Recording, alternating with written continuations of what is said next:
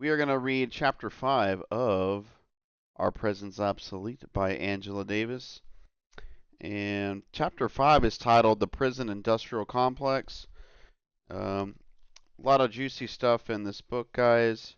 And just to recap, you know, prisons are modern day slavery. Its main objective is to keep the poor working class people down, especially people of color, black people. That's the cops.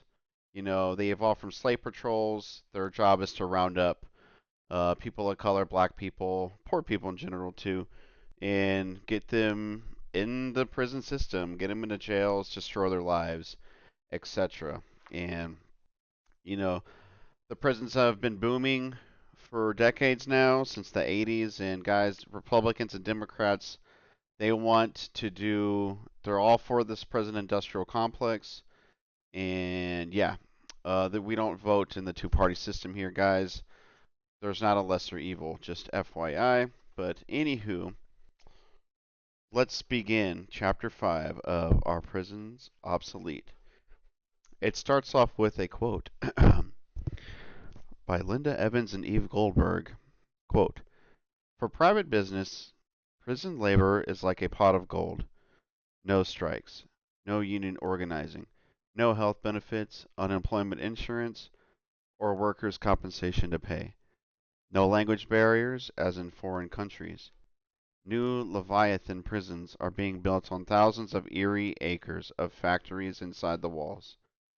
Prisoners do data entry for Chevron, make telephone reservations for TWA, raise hogs, shovel manure, and make circuit boards, limousines, waterbeds, and lingerie for Victoria's Secret, all at a fraction of the cost of free labor." End quote. The exploitation of prison labor by private corporations is one aspect among an array of relationships linking corporations, government, correctional communities, and media. These relationships constitute what we now call a prison industrial complex. The term prison industrial complex was introduced by activists and scholars to contest prevailing beliefs that increased levels of crime were the root cause of mounting prison populations.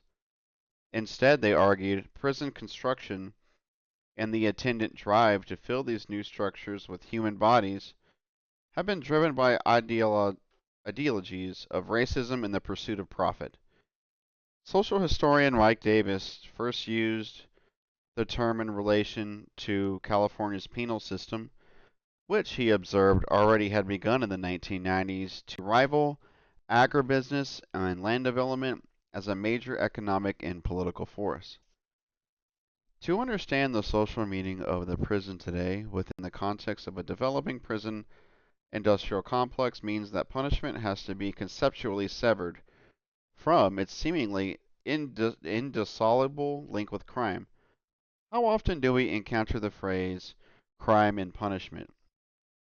To what extent has the perpetual repetition of the phrase crime and punishment in literature as titles of television shows, both fictional and documentary, and in everyday conversation made it extremely difficult to think about punishment beyond this connection?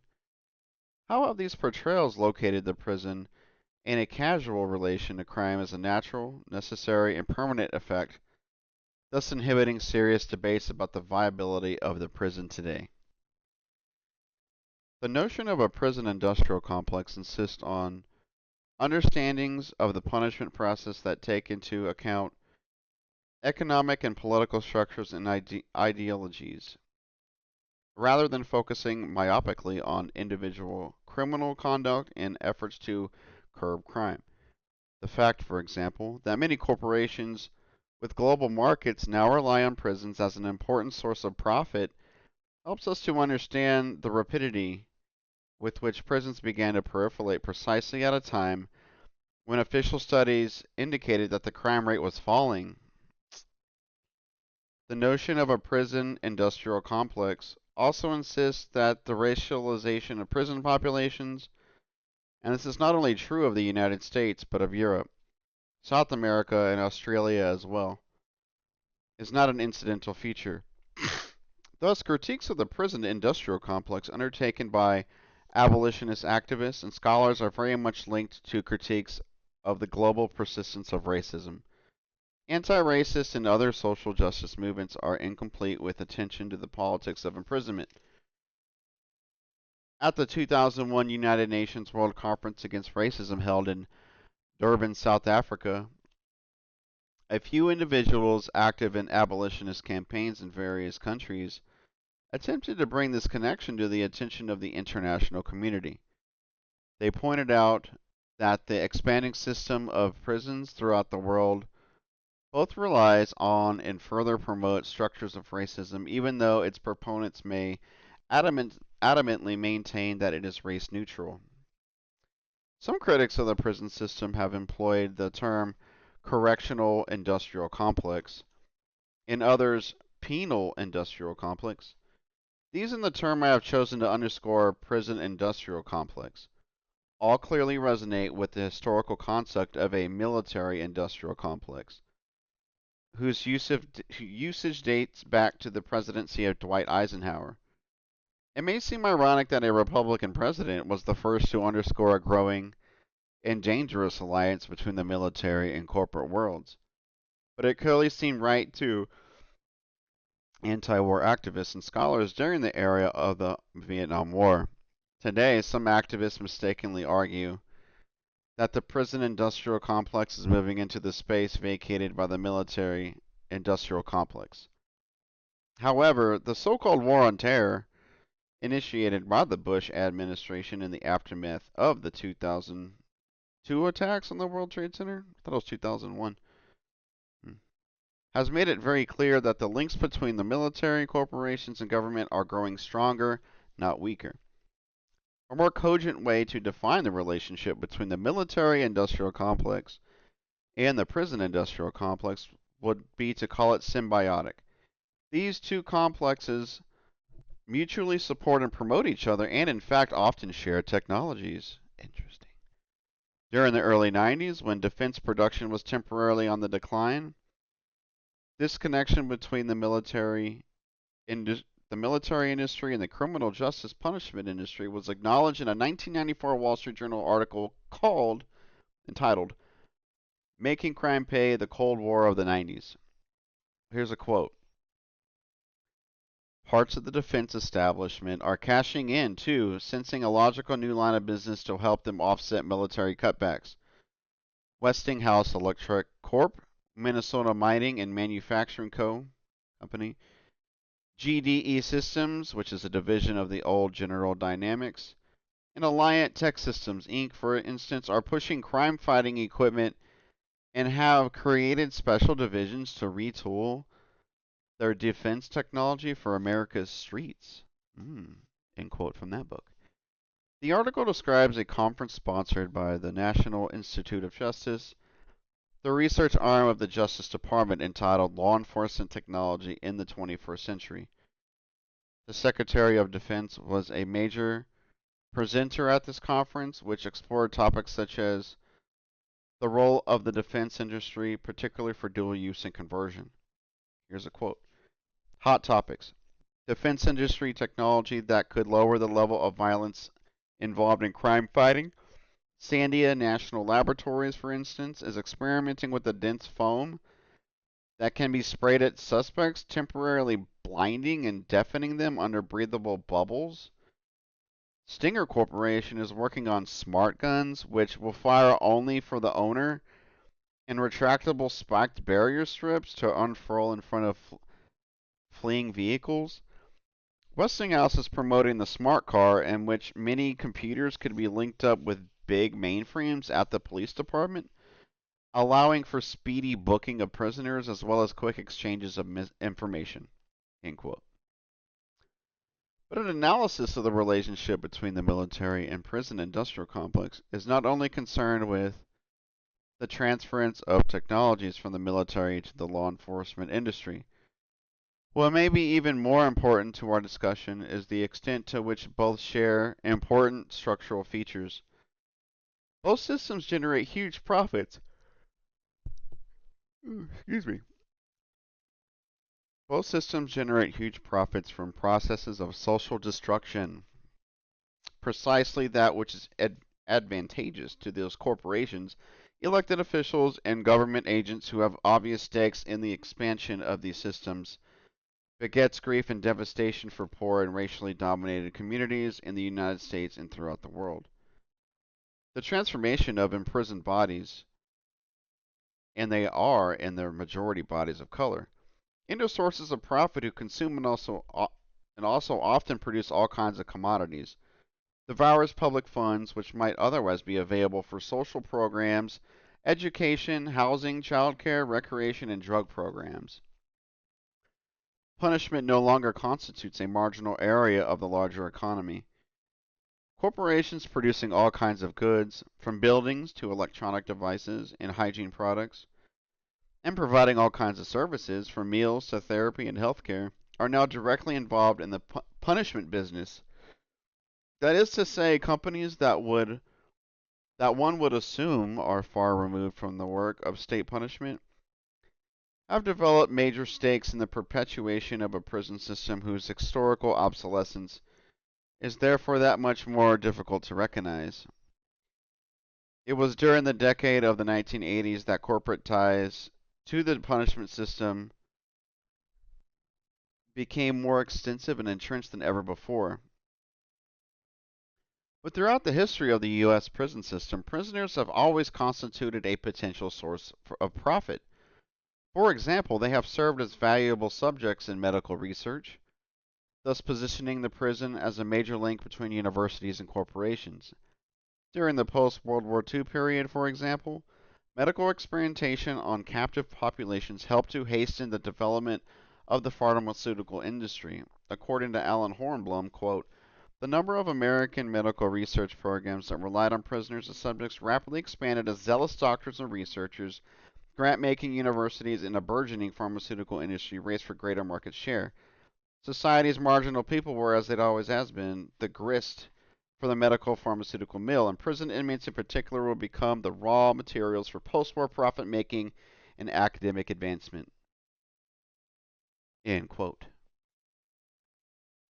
Hornblum's book, Acres of Skin Human Experiments at Holmesburg Prison, highlights the career of research dermatologist Albert Kligman, who was a professor at the University of Pennsylvania. Kligman, the father of retin-A, conducted hundreds of experiments on the men housed in Holmesburg Prison, and in the process trained many researchers to use what were later recognized as unethical research methods. Quote, when Dr. Kligman entered the aging prison, he was awed by the potential it held for his research. In 1966, he recalled in a newspaper interview, all I saw before me were acres of skin. It was like a farmer seeing a fertile field for the first time. The hundreds of inmates walking aimlessly before him represented a unique opportunity for unlimited and undisturbed medical research. He described it in this interview as an anthropoid colony, mainly healthy, under perfect control conditions. End quote. Jeez. By the time the experimentation program was shut down in 1974 and new federal regulations prohibited the use of prisoners as subjects for academic and corporate research, numerous cosmetics and skin creams had already been tested. Some of them had caused great harm to these subjects and could not be marketed in their original form. Johnson & Johnson, Ortho Pharmaceutical, Dow Chemical are only a few of the corporations that reaped great material benefits from these experiments. The potential impact of corporate involvement in punishment could have been glimpsed in the Kligman experiments at Holmesburg Prison as early as the 1950s and 1960s.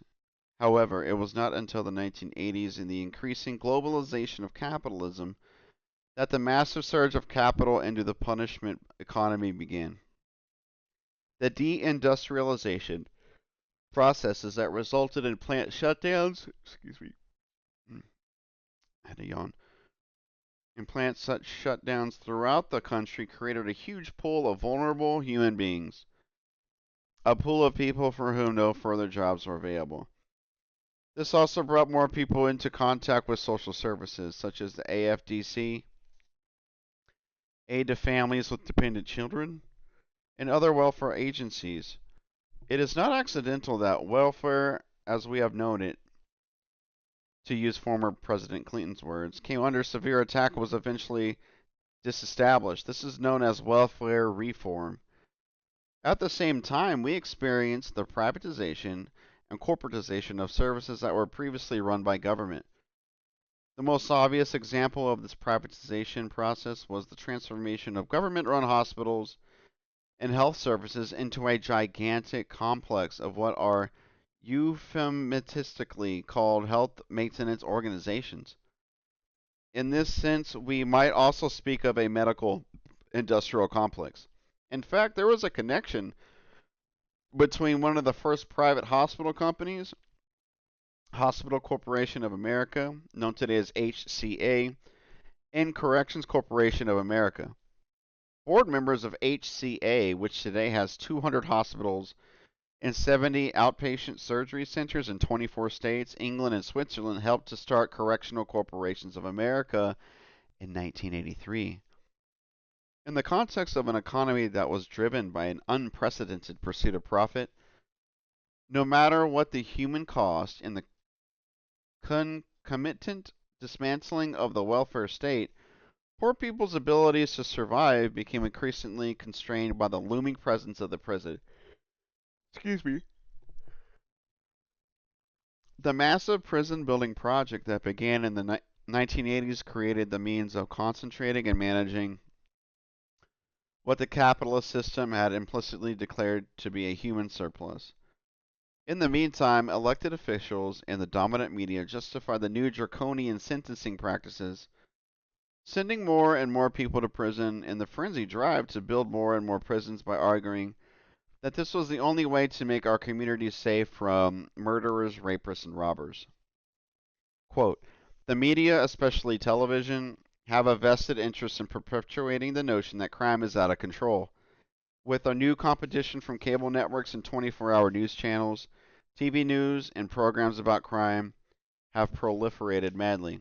According to the Center for Media and Public Affairs, crime coverage was the number one topic on the nightly news over the past decade. From 1990 to 1998, homicide rates dropped by half nationwide, but homicide stories on the three major networks rose almost fourfold. End quote. Pause. So, guys, don't live in fear, man. That's I feel bad for folks that are sucking on the crack pipe of corporate news, Fox News, MSNBC, man. We need to defund the police and abolish the police and abolish the prison industrial complex as well. You know what I mean? Anyway, continue. During the same period when crime rates were declining, prison population soared. According to a recent report by the U.S. Department of Justice, at the end of the year 2001, there were 2,100,146 people incarcerated in the U.S. The terms and numbers as they appear in this government report require some preliminary discussion. I hesitate to make unmediated use of such statistical evidence because it can discourage the very critical thinking that ought to be elicited by an understanding of the prison industrial complex. It is precisely the abstraction of numbers that plays such a central role in criminalizing those who experience the misfortune of imprisonment. There are many different kinds of men and women in the prisons, jails, and INS and military detention centers whose lives are erased by the Bureau of Justice Statistics figures.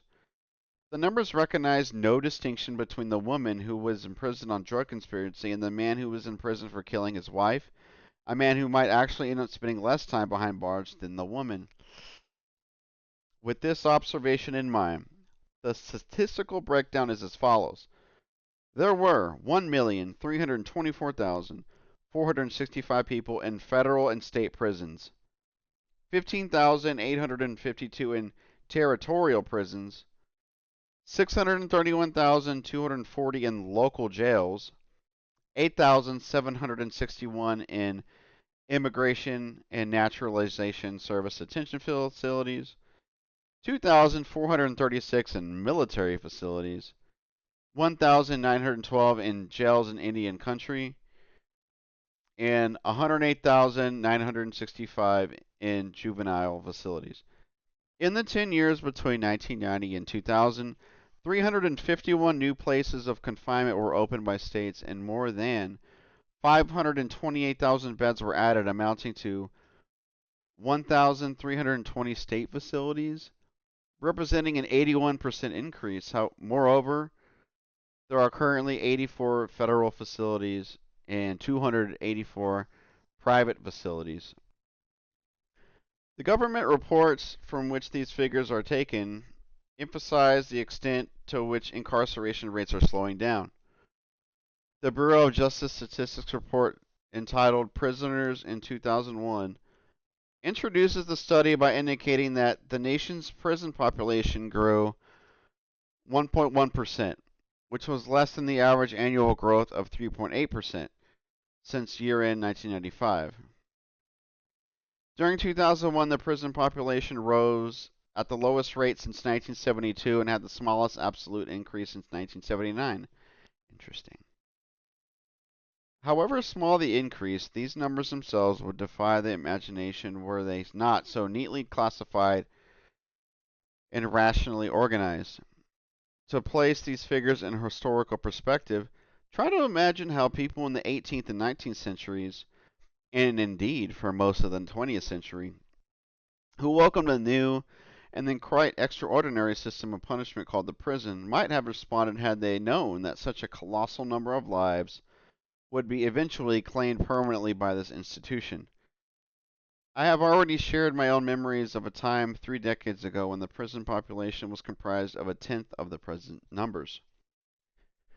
The prison industrial complex is fueled by privatization patterns that, it will be recalled, have also drastically transformed healthcare, education, and other areas of our lives. Moreover, the private prison privatization trends, both the increasing presence of corporations in the prison economy and the establishment of private prisons, are reminiscent of the historical effects to create a profitable punishment industry based on the new supply of free black male laborers in the aftermath of the Civil War. Stephen Donziger, drawing from the work of Norwegian criminologist Nils Christie,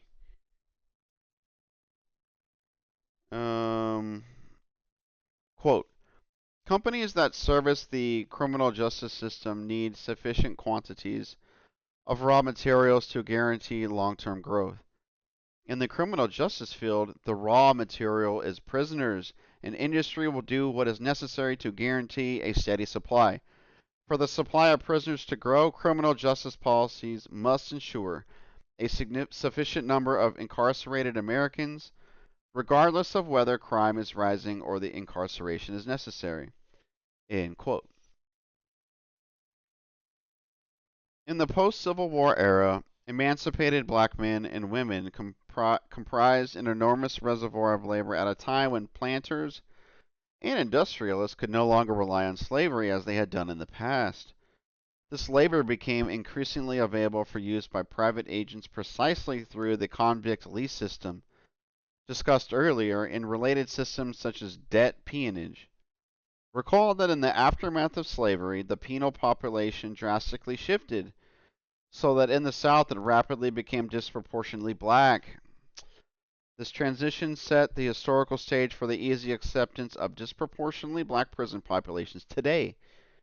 According to 2002 Bureau of Justice Statistics, African Americans as a whole now represent the majority of county, state, and federal prisoners, with a total of 803,400 black inmates, 118,600 more than the total number of white inmates.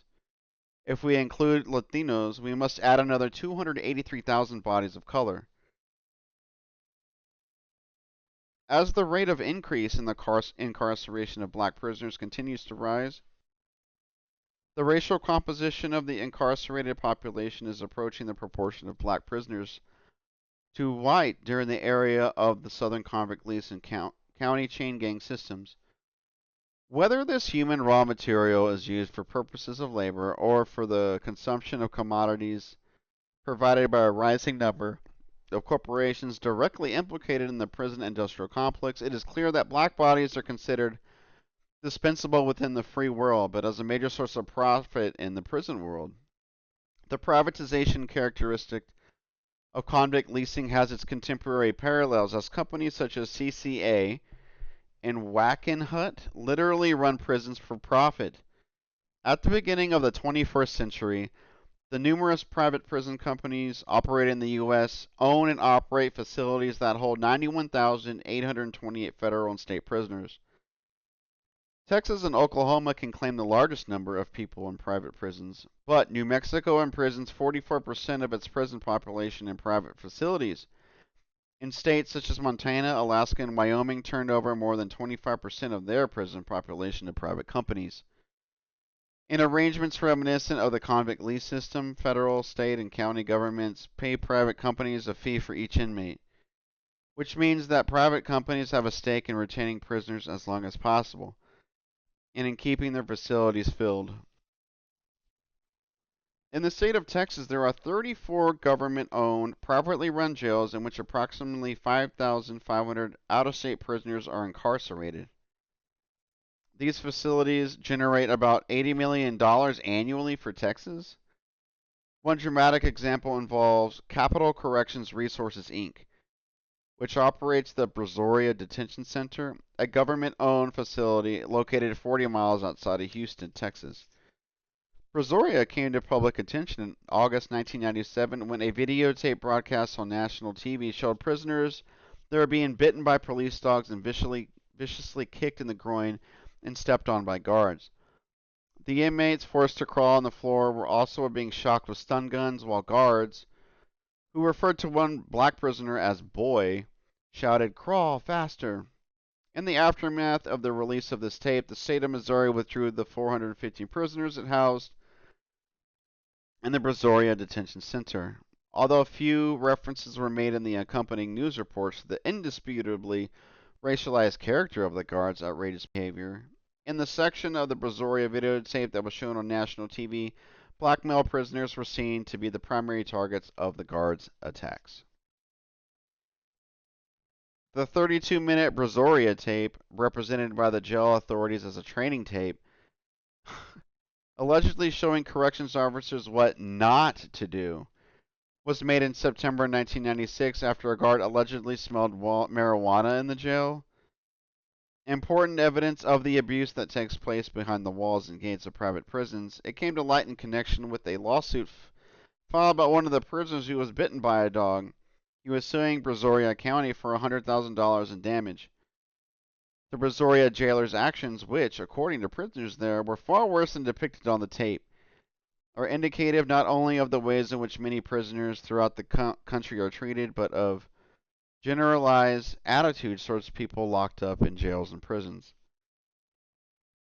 According to an Associated Press news story, the Missouri inmates, once they had been transferred back to their home from Brazoria, told the Kansas City Star, quote, "Guards at the Brazoria County Detention Center use cattle prods and other forms of intimidation to win respect and force prisoners to say, 'I love Texas.' What you saw on tape wasn't a fraction of what happened that day," said inmate Lewis Watkins, referring to the videotaped cell block raid of September 18, 1996. "I've never seen anything like that in the movies." End quote. In 2000, there were 26 for-profit prison corporations in the U.S. that operated approximately 150 facilities in 28 states. The largest of these companies, CCA and Wackenhut, control 76.4% of the private prison market globally.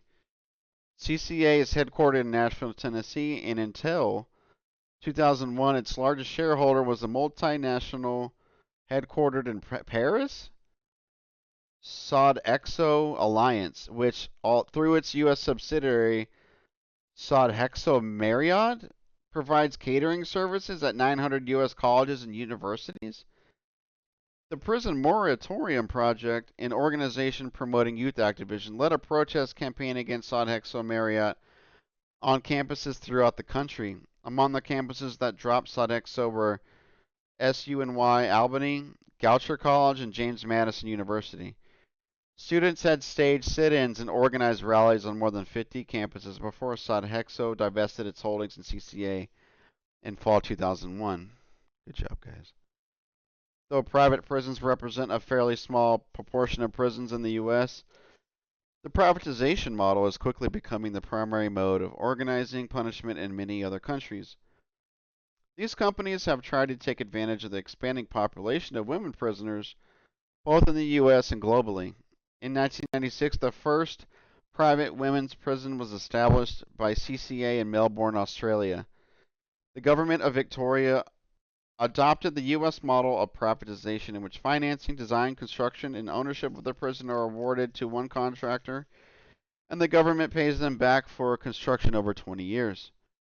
This means that it is virtually impossible to remove the contractor because that contractor owns the prison. As a direct consequence of the campaign organized by prison activist groups in Melbourne, Victoria withdrew the contract from CCA in 2001. However, a significant portion of Australia's prison system remains privatized. In the fall of 2002, the government of Queensland renewed Wackenhut's contract to run a 710-bed prison in Brisbane. The value of the 5-year contract is $66.5 million.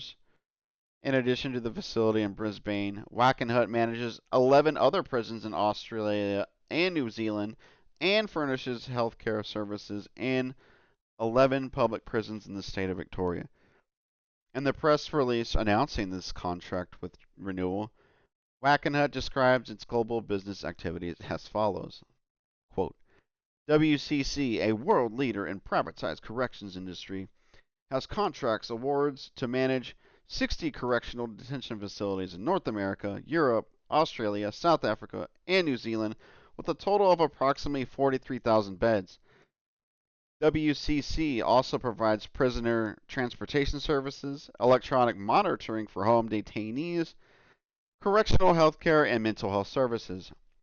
WCC offers government agencies a turnkey approach to the development of new correctional and mental health institutions that includes design, construction, financing, and operations. End quote. But to understand the reach of the prison industrial complex, it is not enough to evoke the looming power of the private prison business. By definition, these companies court the state within and outside the United States for the purpose of obtaining prison contracts, bringing punishment and profit together in a menacing embrace. Still, this is only the most visible dimension of the prison industrial complex, and it should not lead us to ignore the more comprehensive corporatization that is a feature of contemporary punishment. As compared to earlier historical eras, the prison economy is no longer a small, identifiable, and containable set of markets. Many corporations whose names are highly recognizable by free world consumers have discovered new possibilities for expansion by selling their products to correctional facilities. Ooh. Quote, in the 1990s, the variety of corporations making money from prisons is truly dizzying, ranging from Dial Soap to famous Amos cookies, from AT&T to healthcare providers. In 1995, Dial Soap sold $100,000 worth of its product to the New York City jail system alone, when Vita Pro Foods of Montreal, Canada, contracted to supply inmates in the state of Texas with its soy-based meat substitute. The contract was worth $34 million a year. End quote. Among the many businesses that advertise in the Yellow Pages on the Corrections.com website are Archer Daniel Midlands, Nestle Food Service, Ace Hardware, Polaroid, Hewlett Packard, RJ Reynolds, and Ameritech. One conclusion to be drawn here is that even if private prison companies were prohibited, an unlikely prospect indeed, the prison industrial complex and its many strategies for profit would remain relatively intact. Private prisons are direct sources of profit for the companies that run them, but public prisons have become so thoroughly saturated with the profit-producing products and services of private corporations that the distinction is not as meaningful as one might suspect. Campaigns against privatization that represent public prisons as an adequate alternative to private prisons can be misleading. It is true that a major reason for the profitability of private prisons consists in the non-union labor they employ, and this important distinction should be highlighted. Nonetheless, public prisons are now equally tied to the corporate economy and constitute an ever-growing source of capitalist profit. Don't forget that. Pause. So, guys, yes, any prison is awful. I mean, the for-profit, the private ones, yes, the more you can trade stocks by the number of prisoners you have. So the more prisoners, more profit. But still, guys, even the non-private ones, the public ones, still awful. Look at follow the money, where all those companies, the soap, the healthcare, the contract, the construction, all that money, guys, corporations, capitalists are getting paid. So just don't forget about that. Just want to remind y'all. All right, continue. Extensive corporate investment in prisons has significantly raised the stakes for anti-prison work. It means that serious anti-prison activists must be willing to look much further in their analysis and organizing strategies than the actual institution of the prison. Prison reform rhetoric, which has always undergirded dominant critiques of the prison system, will not work in this new situation. If reform approaches have tended to bolster the permanence of the prison in the past, they certainly will not suffice to challenge the economic and political relationships that sustain the prison today. That means that in the era of the prison industrial complex, activists must pose hard questions about the relationship between global capitalism and the spread of US style prisons throughout the world. The global prison economy is indisputably dominated by the US. This economy not only consists of the products, services, and ideas that are directly marketed to other governments, but it also exercises an enormous influence over the development of the style of state punishment throughout the world. One dramatic example can be seen in the opposition to Turkey's attempts to transform its prisons. In October 2000, prisoners in Turkey, many of whom are associated with left political movements, began a death fast as a way of dramatizing their opposition to the Turkish government's decision to introduce F-type or US-style prisons. Compared to the traditional dormitory-style facilities, these new prisons consist of 1 to 3 person cells, which are opposed by the prisoners because of the regimes of isolation they facilitate, and because mistreatment and torture are far more likely in isolation. In December 2000, 30 prisoners were killed in clashes with security forces in 20 prisons. As of September 2002, more than 50 prisoners have died of hunger, including 2 women, Gulnihal Yilmaz and Bursin Hosfer, who are among the most recent prisoners to succumb to the death fast. F-type prisons in Turkey were inspired by the recent emergence of the Supermax security or Supermax, prison in the U.S., which presumes to control otherwise unmanageable prisoners by holding them in permanent solitary confinement and by subjecting them to varying degrees of sensory deprivation. In its 2002 World Report, Human Rights Watch paid particular attention to the concerns raised by, quote, the spread of ultramodern supermax security prisons. Originally prevalent in the U.S., the supermax model was increasingly followed in other countries.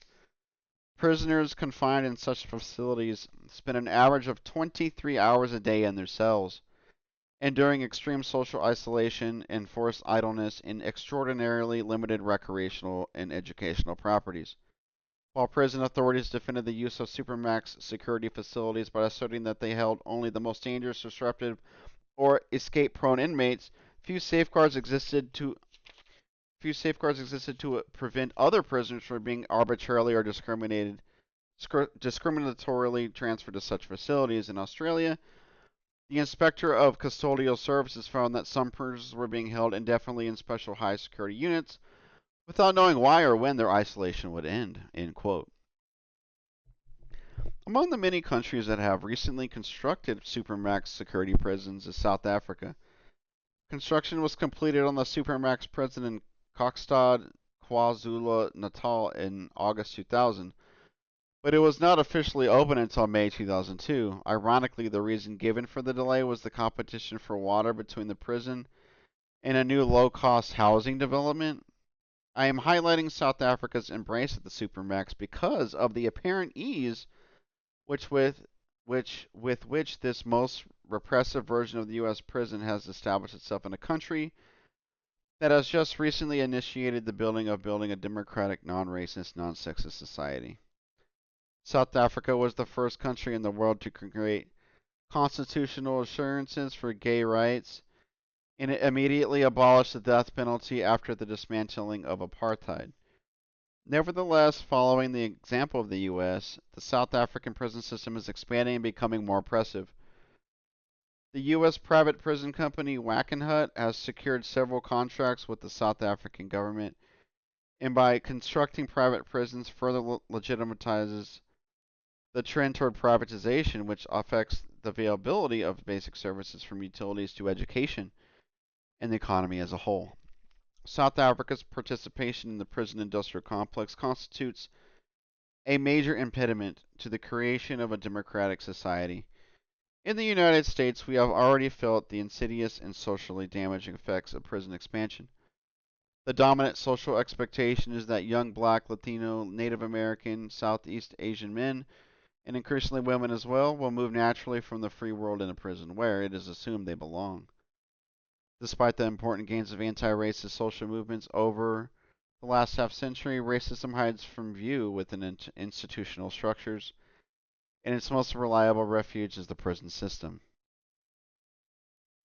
The racist arrest of vast numbers of immigrants from Middle Eastern countries in the aftermath of the attacks on September 11, 2001, and the subsequent withholding of information about uh, the names of numbers of people held in INS detention centers, some of which are owned and operated by private corporations, do not augur a democratic future.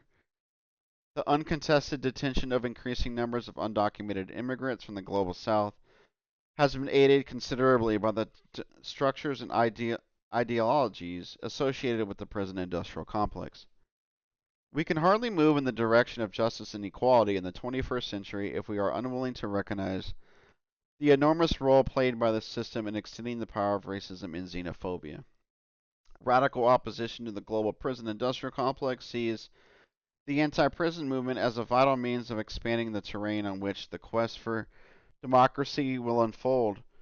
This movement is thus anti-racist, anti-capitalist, anti-sexist, and anti-homophobic. It calls for the abolition of the prison as the dominant mode of punishment, but at the same time recognizes the need for genuine solidarity with the millions of men, women, and children who are behind bars. A major challenge of this movement is to do the work that will create more humane, habitable environments for the people in prison without bolstering the permanence of the prison system. How then do we accomplish this balancing act of passionately attending to the needs of prisoners, calling for less violent conditions and end to state sexual assault, improved physical and mental health care, greater access to drug programs, better educational work opportunities, unionization of prison labor, more connections with families and communities, shorter or alternative sentencing, and at the same time call for alternatives to sentencing altogether. No more prison construction and abolitionist strategies that question the place of the prison in our future. There we go, guys. Chapter 5 of our Prisons Obsolete. So I'm going to save chapter 6, which is a lot shorter. It looks like it's only 10 pages compared to 20. Usually each chapter is 20 pages. So I will continue to finish this book and maybe give some of my own thoughts of what I read at the end of chapter 6. There's also some cool resources. Resources in the back there. So, all right. Hope you guys are enjoying these book readings, guys. Hopefully you learned something today. You can check out chapters 1 through 5 on my YouTube channel. I've been uploading them there, as long as a couple other book readings. But yeah, guys, still streaming games, still reviewing movies. Just FYI, if you're confused, why is Game.film reading a prison book? I'm anti-capitalist, anti-imperialist. I want to abolish the police, defund, abolish the police prison system, guys. Hello. But That's it for reading, okay?